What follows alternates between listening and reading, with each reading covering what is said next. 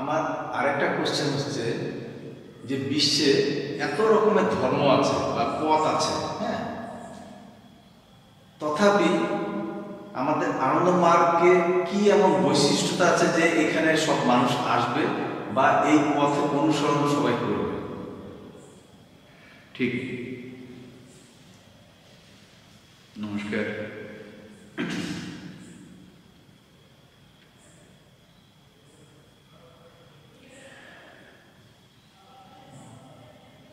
আনন্দ মার্গ শব্দটির মধ্যেই এর বিশেষত্ব লুকিয়ে আছে। আনন্দ মার্গ দুটি শব্দ। আনন্দ মানে কি? আমরা জানি আমি যা চাইছি তা যদি পাই তাহলে সুখ, আমি যা চাইছি তা যদি না পাই দুঃখ। কিন্তু আমি যা চাই তা তো তার বিনিময়ে যে সুখ পাই সে তো চিরস্থায়ী।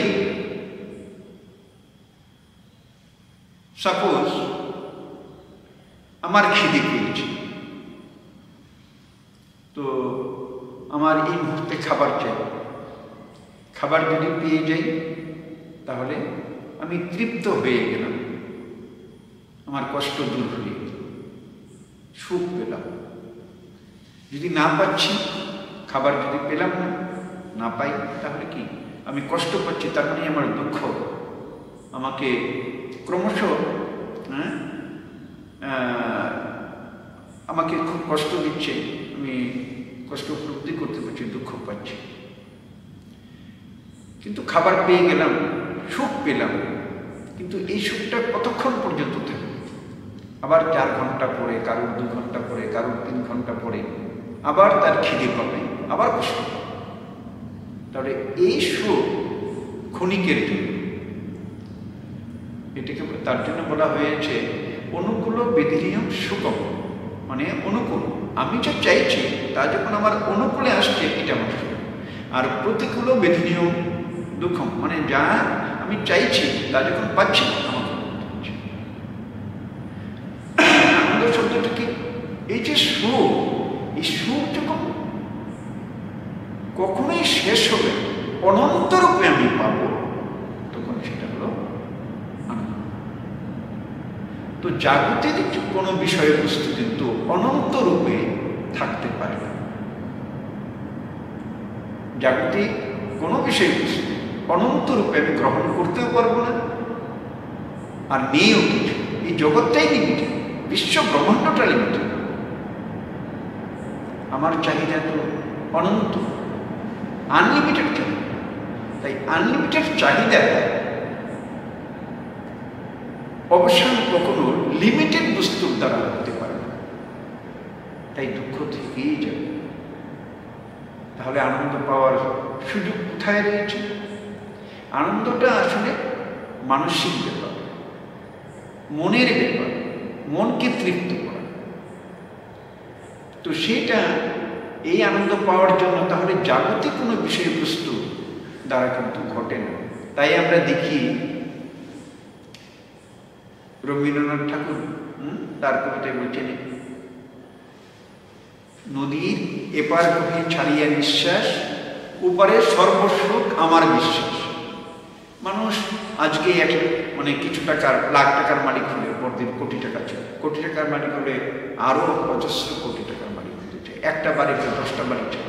কোনো কিছুতেই মানুষ তৃপ্ত হতে পারে না।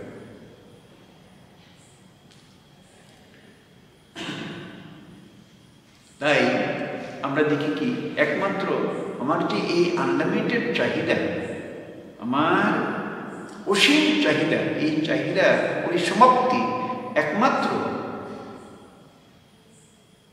অসীম কোনো বিষয়ের দ্বারা বা বস্তুর দ্বারাই মিলতে পারে। এই জগতে অসীম কোনো বিষয় নেই। তা এই জগৎকে যিনি সৃষ্টি করেছেন তার মধ্যে অসীমত্ব লুকিয়ে আছে, তিনি হলেন পরম ব্রহ্ম। তো তাকে যখন আমি পেতে চাইব, তার পথের সন্ধান যখন পাবো বা তার সান্নিধ্যে যখন আমি যেতে পারবো, তখনই অ্যাকচুয়ালি প্রকৃত আনন্দ পাওয়া যাবে। এছাড়া এর কোনো বিকল্প পথ নেই।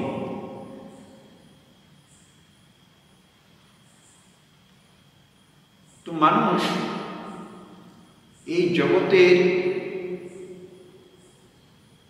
অনেক টাকা পয়সা, ধন দৌলত, ক্ষমতা যা কিছু পাক না কেন, আমরা দেখেছি কেউ যদি অতিরিক্ত পায়ও সেটা কিন্তু তার ভোগে লাগে না, কাজে লাগাতে পারে না।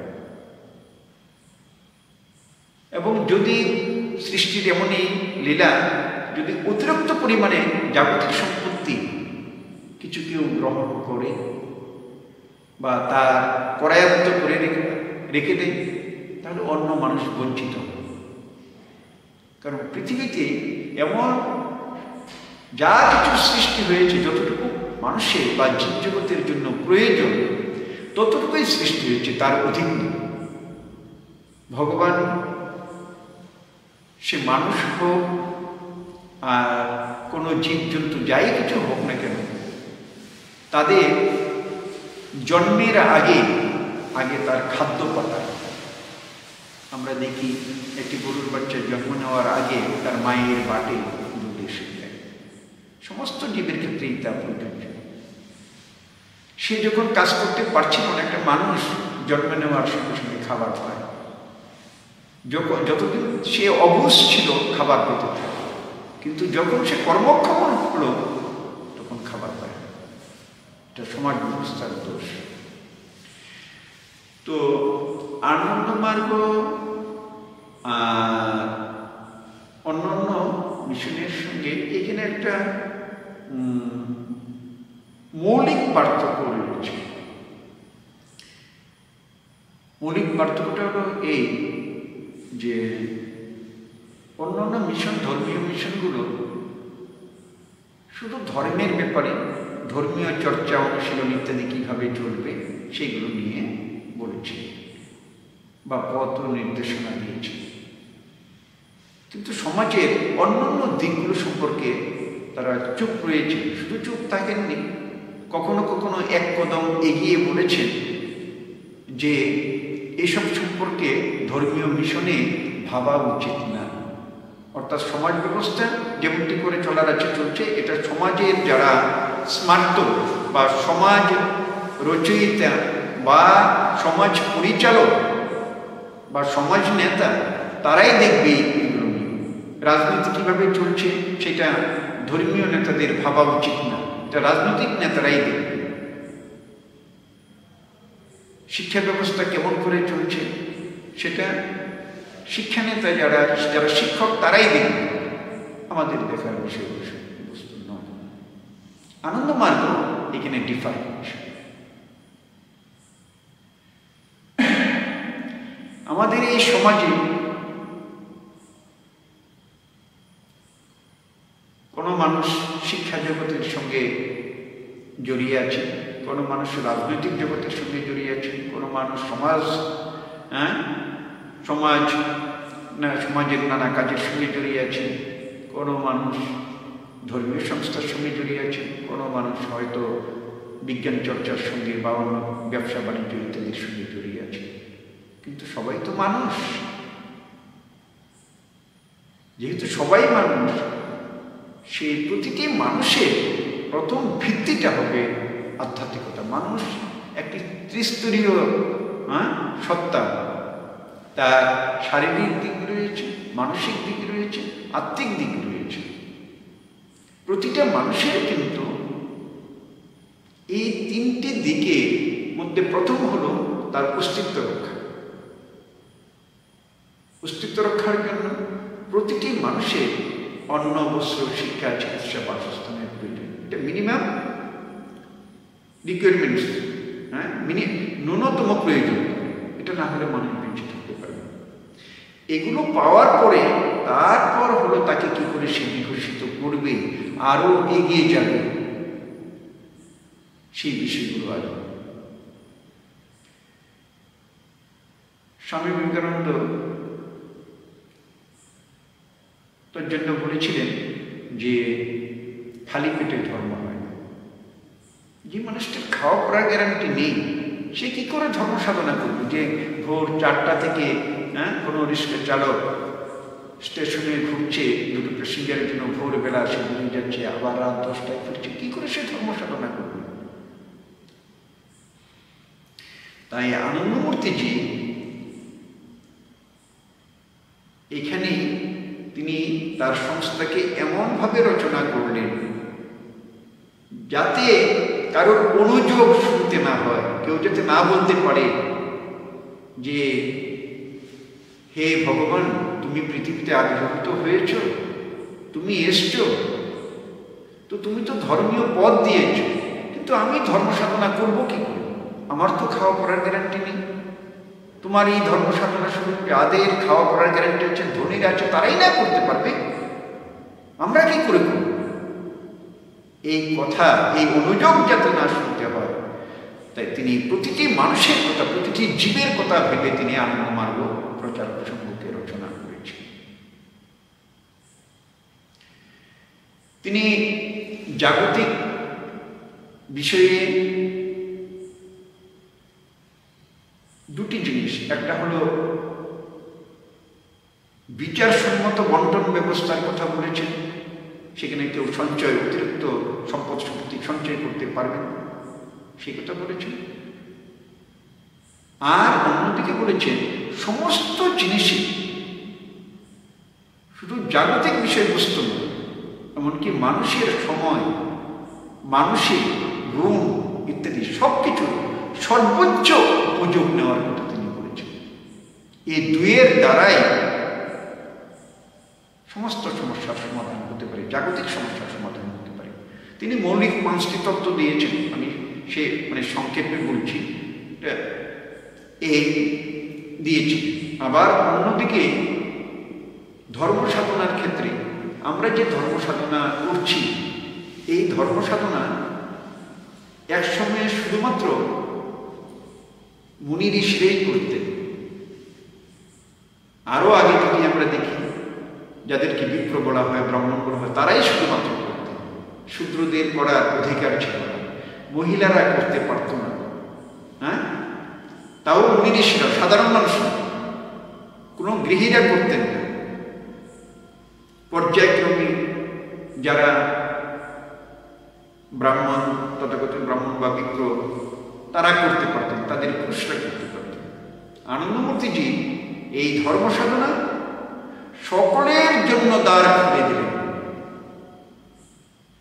এখনো অনেক মিশন আছে, অনেক বড় বড় নামকরা মিশন আছে, যারা প্রতিষ্ঠিত মিশন, তারা সিলেক্ট করে করে, নির্বাচিত করে করে তারপরে দীক্ষার ব্যবস্থা করে। অন্য মানুষ সুযোগই পাচ্ছে।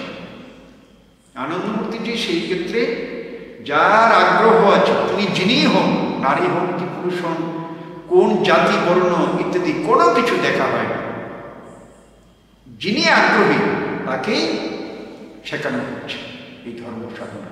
এই ধর্ম সাধনা একজন মুনি ঋষি যে এই ধর্ম সাধনা পাবেন, একজন সাধারণ মানুষ সেই ধর্ম সাধনা পাবেন। এই সুযোগ আনন্দমূর্তিজি করে দিয়েছে।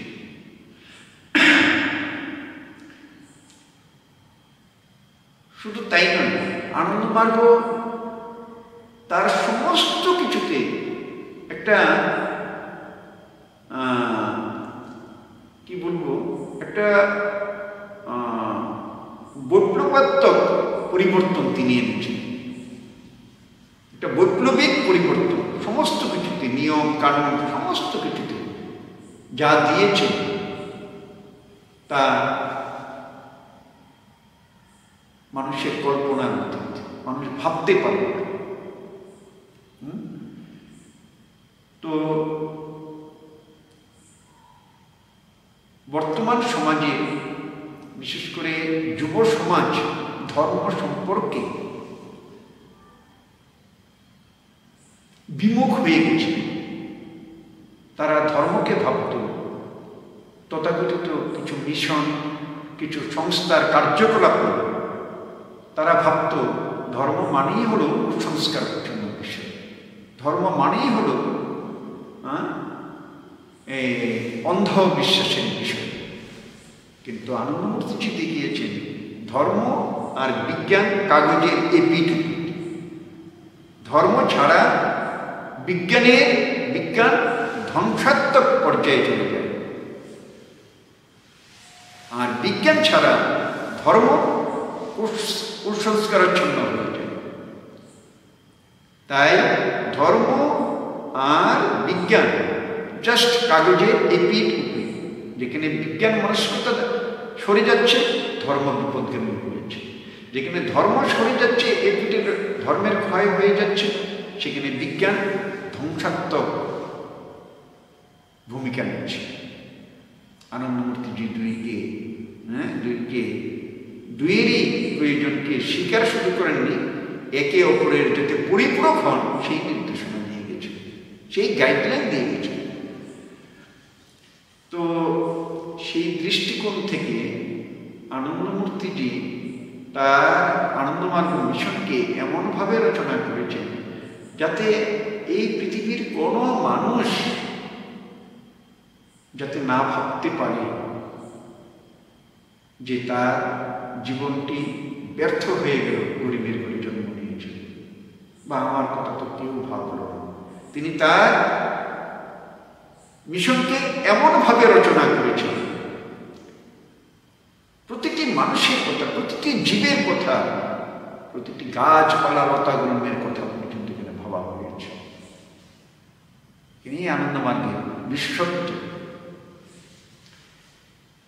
আমাদের বর্তমান সমাজে অন্যান্য মিশনগুলো পার্টিকুলার একটা সাইড শুধু ধর্মের কথা বলেছে। আমরা যদি কোনো ধর্মীয় মিশনের বা আমাদের আনন্দমার্গ, আমি ধর্মীয় সংস্থার লোক, আমার সামনে অন্যায় অবিচার হচ্ছে, পাপাচার হয়ে যাচ্ছে, আমি যদি বলি এটা আমার দায়িত্ব নয়, তাহলে কি এই পাপকে প্রশ্রয় দেওয়া হচ্ছে না? রবীন্দ্রনাথ ঠাকুর তো সত্যিই বলেছেন, অন্যায় যে করে আর অন্যায় যে সহে, তব ঘৃণা তারে যেন তৃণ সম্মত। যে অন্যায় করছে শুধু কি সেই দোষী? এমনও তো হতে পারে সে বুঝে না, তাই সে অন্যায় করছে। তাকে প্রথম নির্দেশনা কে দেবে? কার দায়িত্ব? যিনি বেশি বুঝেছেন, যিনি ধর্মীয় পথে ধারক বাহক পূজারী, তার দায়িত্ব তাকে সচেতন করা, তাকে পথ নির্দেশনা দেওয়া, তাকে সঠিক পথে গাইড করা। আমি যদি বলি এটা আমার কর্তব্য না, এটা সমাজের যারা লোক আছে, যারা রাজনৈতিক দায়িত্বে আছেন বা প্রশাসনের দায়িত্বে আছেন বা সমাজের দায়িত্বে আছেন, এটা তাদের বিষয়, এটা তো হওয়া উচিত না। তাহলে তো আমি অন্যায়কে প্রশ্রয় দিলাম।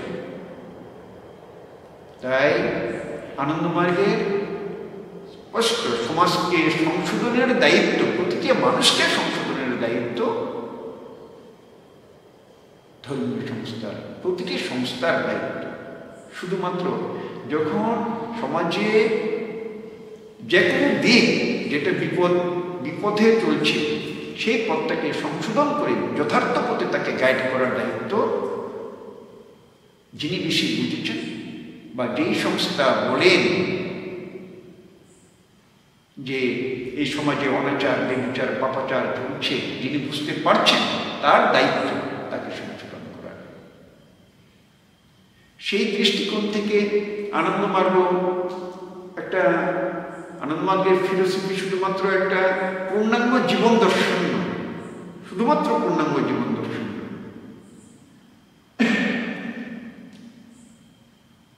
এই পূর্ণাঙ্গ জীবন দর্শনকে সমাজে কার্যকর করার জন্য তিনি মিশনও দিয়েছেন। একটি সুষ্ঠু, অনেকে এই জগতে অনেকে দর্শন দিয়েছেন, ফিলোসফি দিয়েছেন, কিন্তু তাদের ফিলোসফি সব মানুষের কাছে পৌঁছায়নি, বইয়ের পাতাতেই থেকে গেছে। কারণ কে তার প্রচার করবে? আনন্দমূর্তিজি কিন্তু দর্শন দেওয়ার সাথে সাথে তিনি সংস্থা গড়ে তুলেছেন এবং তাদেরকে দায়িত্ব দিয়েছেন তার প্রচার করার জন্য। এবং তাদেরকে এর উপরে আমরা অনেক তত্ত্ব দেখেছি, দর্শন কোনো দিয়েছেন, তার অনুগামীদের জিজ্ঞেস করলে বলতে পারে না তার দর্শনটা কি বা ইয়েটা কি, বা আপচা আপচা কিছুটা অস্পষ্ট কিছুটা আইডিয়া দিলেন, হ্যাঁ, সুস্পষ্ট কোনো ধারণা নেই। আনন্দমূর্তিজি যাতে তার অনুগামীরা অন্ধভাবে এই পথে না চলে তাকে সুশিক্ষিত করে তোলার জন্য দর্শন দেওয়ার সাথে সাথে তিনি একটা পদ্ধতি আবিষ্কার করেছেন, সেটা হলো সেমিনার সিস্টেম, এবং রেগুলার নিয়মিতভাবে বৎসরে দুবার এটা চলতেই থাকে। কাউকে যেন বলতে না হয় যে আমার গুরুদেব যা দিয়েছেন দাদারা বলবেন আমি তো জানি না, সেটা যাতে বলতে হবে। তাকে সুশিক্ষিত করে তোলার জন্য একটা প্রক্রিয়া দিয়েছেন। তাই তিনি একটা শুধুমাত্র দর্শন দেননি, পূর্ণাঙ্গ জীবন দর্শন দেননি, দর্শন দেওয়ার সাথে সাথে সংস্থা গড়ে তুলেছেন। সংস্থা গড়ে তোলার সাথে সাথে তার অনুগামীদেরকে সুশিক্ষিত করার জন্য, দর্শন সম্পর্কে সুশিক্ষিত করার জন্য তিনি পথ দিয়েছেন। শুধুমাত্র তাই নয়, প্রতিটি অনুগামীকে জগতের কল্যাণার্থে কিছু তার করণীয় আছে, সেই ডিউটিও দিয়েছে। কারণ ধর্ম সাধনা এটা দ্বিবিধ।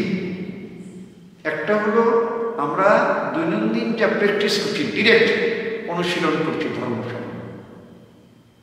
দ্বিতীয়টি হলো যে ধর্ম সাধনা আমরা যে করছি তার প্রোগ্রেস, প্রগতি হচ্ছে কিনা হচ্ছে কি করে বুঝব। তার জন্য আমার কি করতে হবে না, প্রত্যেকেরই আমাকে এই জগতের কল্যাণার্থে কিছু করতে হবে। আমার যদি আমি সত্যি আমার ধর্ম সাধনার দ্বারা প্রোগ্রেস হয়, তাহলে জগতের সেবা না করে আমরা পারব না। কেন? যত আমার প্রোগ্রেস হবে, উন্নতি হবে ধর্ম সাধনায়, আমার মন বিস্তৃত হবে, বিকশিত হবে, মনের বিস্তার ঘটবে। আর যত বিস্তার ঘটবে আর ততই আমি এই জীব জগতের প্রতি, মানুষের প্রতি, সকলের প্রতি আমার ভালোবাসা পাব। আর যাদের প্রতি আমার ভালোবাসা আছে তার দুঃখে কষ্টে আমরা কি সেবা না করে পারবো? পারবো, করতেই হবে। আর যদি তারপরেও ভালোবাসা যাচ্ছে না, সাধনা করছি, মেডিটেশন করছি, অথচ জীব জগতের প্রতি আমার ভালোবাসা যাচ্ছে না, তার মানে আমার মেডিটেশনে ত্রুটি রয়েছে, আমার মেডিটেশন প্রপারলি হচ্ছে। যদি মেডিটেশন প্রপারলি হয় তাহলে আমার মেন্টাল এক্সপানশন ঘটবেই। আর মেন্টাল এক্সপানশন যদি আমার ঘটে তাহলে প্রতিটি জীবের প্রতি, সব কিছুর প্রতি আমার ভালোবাসা জাগবে। মানুষের প্রতি তো জাগবে, জীব জগতের প্রতি জাগবে। কেন? যেই ব্রহ্ম আমার মধ্যে আছে, সেই ব্রহ্ম সবার মধ্যে আছে, সমস্ত কিছুতে। তাই বলা হয় যত্র জীব তত্র অসীম। স্বামী বিবেকানন্দ খুব সুন্দর করেই বলেছেন, বহুরূপে সন্মুখে তোমার ছাড়ি কোথা খুঁজেছে ঈশ্বর, জীবে প্রেম করে যেজন সেজন সেবিছে ঈশ্বর। তো এখানে অকেশনলি সেবা নয়, আমি একটা বিশেষ সময়ে খরা বা পড়লো বা ইত্যাদি ইত্যাদি ত্রাণ দিল বা কিছু না, এটা নিত্য নৈমিত্তিক। প্রতিদিন আমি যেমনটা করে আমার প্রতি যত্নবান, আমি ততটাই যত্নবান হব, আমার সাধ্যমতো যত্নবান হব অন্যের প্রতি, সকলের প্রতি। হয়তো আমি আমার প্রতি যতটা করছি ততটা করতে পারছি না, কিন্তু আমি ভাবছি তো, এই ভাবনা থেকেই আমার মেন্টালিটি পর্যন্ত। তো যাই হোক, আমাদের আনন্দমার্গের সবচেয়ে বড় বিশেষত্ব হলো আনন্দমার্গ একটা পূর্ণাঙ্গ জীবন দর্শন। এটা হলো 1 নম্বর দিক। 2 নম্বর তিনি বলেছেন এই মিশনকে একটা সুষ্ঠু সমাজ ব্যবস্থা গড়ে তুলতে গেলে, বৃহত্তর পর্যায়ে সমাজ ব্যবস্থাকে সুষ্ঠুভাবে গড়ে তুলতে গেলে, আর ব্যক্তিগত জীবনকেও যদি সুষ্ঠুভাবে গড়ে তুলতে হবে, তাহলে 6টা জিনিসের প্রয়োজন।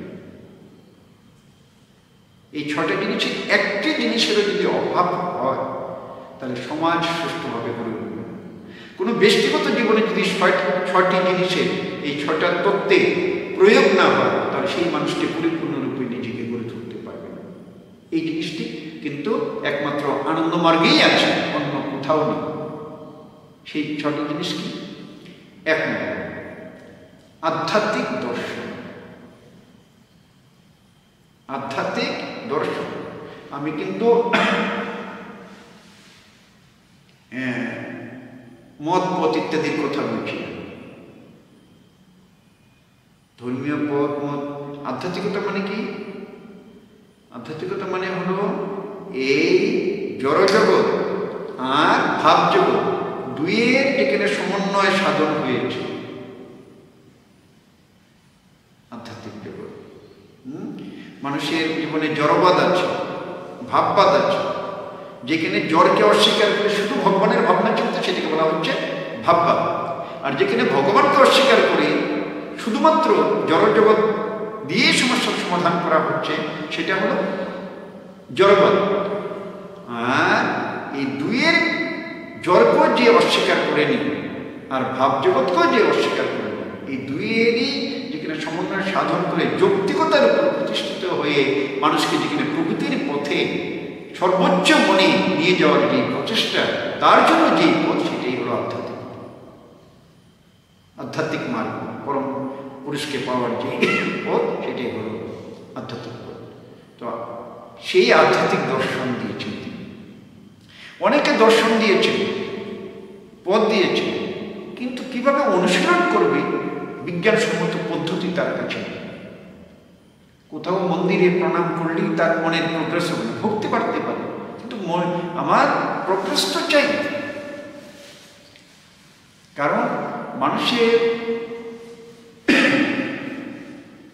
বিজ্ঞানসম্মতভাবে আমরা যা খাদ্য গ্রহণ করছি, আমরা যা কিছু দেখছি, যা খাচ্ছি, দেখছি, শুনছি, বলছি, করছি, ভাবছি, এই সমস্ত কিছু থেকে আমাদের সপ্ত ধাতু তৈরি হচ্ছে। সপ্ত ধাতু থেকে রাসায়নিক প্রক্রিয়া আমরা জানি, কোষ তৈরি হচ্ছে। এই প্রতিটা কোষে আলাদা আলাদা মন আছে, তার একটা মানস তরঙ্গ আছে। যেখানে মন আছে, তরঙ্গ আছে, মানস তরঙ্গ আছে। তাদের মিলিত যে তরঙ্গ, তার যে প্রক্রিয়া আমার মনের উপর পড়ছে, সেই অনুযায়ী আমরা কাজ করি। আমার যদি তামসিক খাদ্য খাচ্ছি বা যে রকমটা গ্রহণ করছি, তার প্রতিক্রিয়া সেই রকমই হবে।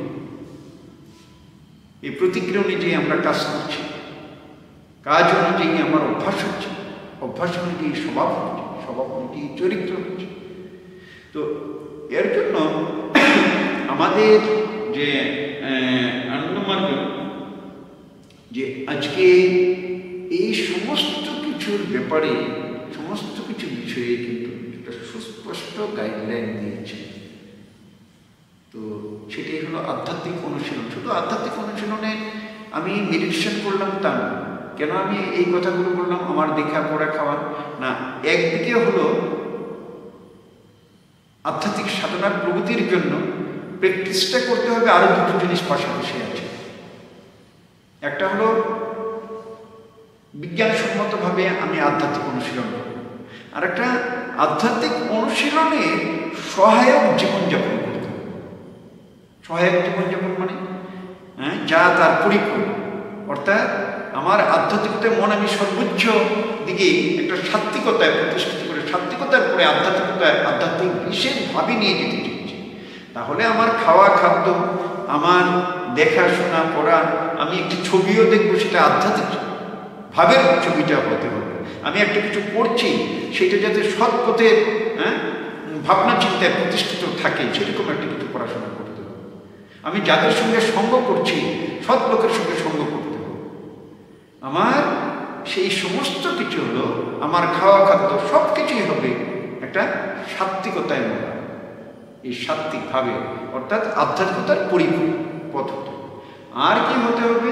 আমাকে সঙ্গে সঙ্গে অন্য কেউ যাতে বঞ্চিত না হয়, তার কত আমাকে ভাবতে হবে। কারণ সবার মধ্যে ভগবান আছে, তাকে যদি উপেক্ষা করি তাহলে আমার মনের এক্সপানশন হবে। তো এটা হলো আধ্যাত্মিক প্র্যাকটিস এবং তার সহায়ক জীবন ইত্যাদি। এটা হলো আধ্যাত্মিক অনুশীলন। এই পথটাও সুস্পষ্টভাবে আনন্দমূর্তিজি ব্যাখ্যা করেছেন, দিয়েছেন। এটা দ্বিতীয় দিক। তৃতীয় দিক হলো আমাদের একটা একটি সামাজিক অর্থনৈতিক দর্শন, যেটা কেউ ভাবতে পারে একজন ধর্মগুরু হয়ে তিনি দিয়েছেন। কারণ তিনি কি চাইছেন? তিনি চাইছেন এই জগতের প্রতিটি মানুষ যাতে ধর্ম সাধনা করতে পারে। তো প্রতিটি মানুষ যতদিন পর্যন্ত ধর্ম সাধনা করার সুযোগ না পাবে, ততদিন পর্যন্ত এই সমাজ ব্যবস্থা সুষ্ঠুভাবে চলবে না।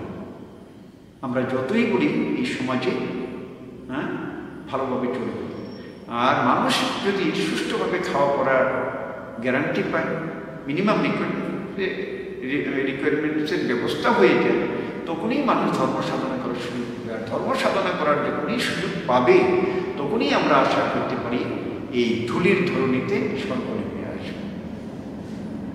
তো সেই ব্যবস্থা করার জন্য তিনি প্রতিটি মানুষ যাতে ধর্ম সাধনা করতে পারে, তার জন্যই তিনি একটি সামাজিক অর্থনৈতিক দর্শন দিয়েছেন। তার নাম প্রগতিশীল তত্ত্ব বা ব্যবস্থা দিয়েছেন। এবং যে ব্যবস্থা মানুষের সমস্যা সমাধান করবেই, সেই গ্যারান্টি রয়েছে। তো সেই তত্ত্ব দিয়েছেন। চতুর্থ একটা সামাজিক দৃষ্টিভঙ্গি, সামাজিক চেতনা, সেটাও তিনি দিয়েছেন এই সম্পর্কে। যেমন সামাজিক দৃষ্টিভঙ্গি থেকে বিশেষ গোষ্ঠী, বিশেষ দেশ ইত্যাদির জন্য কোনো কোনো তত্ত্ব ভেবেছে আনন্দমূর্তি, কিন্তু ব্যাপক সবার জন্য, শুধু মানুষের জন্য, লতাগুণের জন্য, জীবজগতের জন্য সবার কথা ভাবা হয়েছে। এই সম্পর্কে তিনি সেই তত্ত্ব, সেই ধারণা তিনি দিয়েছেন। আবার তিনি দিয়েছেন শাস্ত্র। শাস্ত্র মানে যে কি বলবো, ধর্মীয় যে সংস্কৃতি বলে দিলেই শাস্ত্র হয়ে গেল, তা নয়। শাস্ত্র মানে যে আমাকে অনুশাসনের দ্বারা যথার্থ পথে আমাকে নিয়ে যাচ্ছে, যেই পথ আমাকে নিয়ে যাচ্ছে, সেটাই হলো শাস্ত্র। অনুশাসনে, যেই অনুশাসন মানে পেছনে শাসন, যে শাসনের পেছনে কল্যাণের ভাবনা আছে, মঙ্গলের ভাবনা আছে, আমাকে গাইড করতে যথার্থ পথে। অনুশাসন ছাড়া মানুষ এগোতে পারে না। তাই আনন্দমূর্তিজি একদিকে যেমন দর্শন তত্ত্ব দিয়েছেন, ইত্যাদি দিয়েছেন, আবার বিভিন্ন শাস্ত্র দিয়েছেন, সমাজশাস্ত্র, ধর্মশাস্ত্র যেমন দিয়েছেন, আবার সমাজশাস্ত্র দিয়েছেন, আবার দর্শনশাস্ত্র দিয়েছেন, সব কিছুই দিয়েছেন, এটা পরিপূর্ণ। তারপরে লাস্ট 6 নম্বরে তিনি দিয়েছেন, মানে এই সমাজ ব্যবস্থা একটা অভ্রান্ত নির্দেশনা দেওয়ার যে নেতৃত্ব, সেটাও তিনি দিয়েছেন। এই সব কিছু মিলে এই 6টা জিনিসের কোনোটার অভাব। গুরু এই সম্পর্কে বলতে গেলে গুরুর ভূমিকায় এসে যায়, কিন্তু এটা বলতে গেলে আর একটি, আমরা তো এই সম্পর্কে স্পষ্টভাবেই বলি, আমরা তথাকথিত যে ধর্মীয় গুরু বলতে সবাইকে গুরু হিসেবে মানে নির্মিত, তো সবাই গুরু, মাতা গুরু, পিতা গুরু, গুরু জ্যেষ্ঠ ভ্রাতা, সবাই গুরু, শিক্ষা গুরু, যিনি যা দিচ্ছেন। কিন্তু প্রকৃত গুরু একজন, তিনি হলেন পরম ব্রহ্ম, ব্রহ্মৈব গুরুরেক নাম, তিনি ছাড়া একমাত্র গুরু হতে পারেন। এই 6টা জিনিসগুলি গুরুর ভূমিকাও অন্যতম। এই 6টা জিনিস অন্য কেউ দিতে পারে। এখানেই আনন্দমার্গের বিশেষত্ব, বৈশিষ্ট্য। এই 6টা জিনিসের একটি জিনিস ছাড়া মানুষ হয়ে উঠতে পারে না, সমাজ আদর্শ সমাজ হয়ে উঠতে পারে না। তাই আনন্দমার্গই একমাত্র মার্গ, যে সমস্ত কিছু সমস্যার সমাধান করে মানুষকে তার পরম লক্ষ্যে পৌঁছে দিতে পারে। এখানেই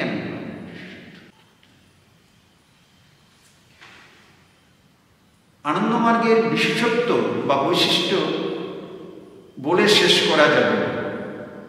তো ক্ষুদ্র পরিসরে, সংক্ষিপ্ত পরিসরে আমি এইটুকু বলব, কারণ আমরা আরো অনেক দিক নিয়ে বলতে পারি। এই সমাজে একদিন নারীরা ধর্ম সাধনাই করতে পারত। আনন্দমূর্তিজি নারীদেরকে পৌরোহিত্যের অধিকার দিয়েছে। আমরা বিবাহ ব্যবস্থা, সামাজিক রীতিনীতি, শ্রাদ্ধ, সব কিছুতে আনন্দমার্গের বিশেষত্ব রয়েছে, সব কিছুতেই আমাদের বিশেষত্ব রয়েছে। আমরা পরে যদি কখনো সুযোগ পাই এই বিষয়ে বিস্তারিতভাবে আলোচনা করব। আমি আবারও সবাইকে অনুরোধ করব, আপনারা আনন্দমার্গকে জানুন, আনন্দমার্গকে বুঝবার চেষ্টা করুন। মানে এই নয় যে আমরা আনন্দমার্গকে, দেখুন, আমরা যদি না জানি আমার ক্ষতি হবে, আনন্দমার্গের কিছু ক্ষতি হবে না। আমার নিজের স্বার্থে আমি মনে করি, আমি বিশ্বাস করি, আজকে আমি যে আনন্দমার্গের কাজ করতে পারছি, সুযোগ পাচ্ছি, এটা আমার কত জনমের তপস্যা, আমার জীবন আমি সার্থক করতে পারছি। এছাড়া আমার মানব জীবনটাই আমার কাছে মনে হয় যেন ব্যর্থ হয়ে যেত এই পথ যদি না পেত। আমি আপনাদেরও অনুরোধ করব, আপনারা জানবার চেষ্টা করুন। সমস্ত প্রশ্নের, সমস্ত সমস্যার সমাধান রয়েছে, উত্তর রয়েছে আনন্দমার্গের শত শত পুস্তিকাতে। আপনারা তাকে জানবার চেষ্টা করুন, বুঝবার চেষ্টা করুন এবং নিজের জীবনে তাদের সেইগুলোকে কাজে লাগানোর চেষ্টা করুন। আমি মনে করি আপনারা তাতে আপনিও আনন্দ পাবেন, খুশি হবেন। আসুন আমরা জানি। নমস্কার।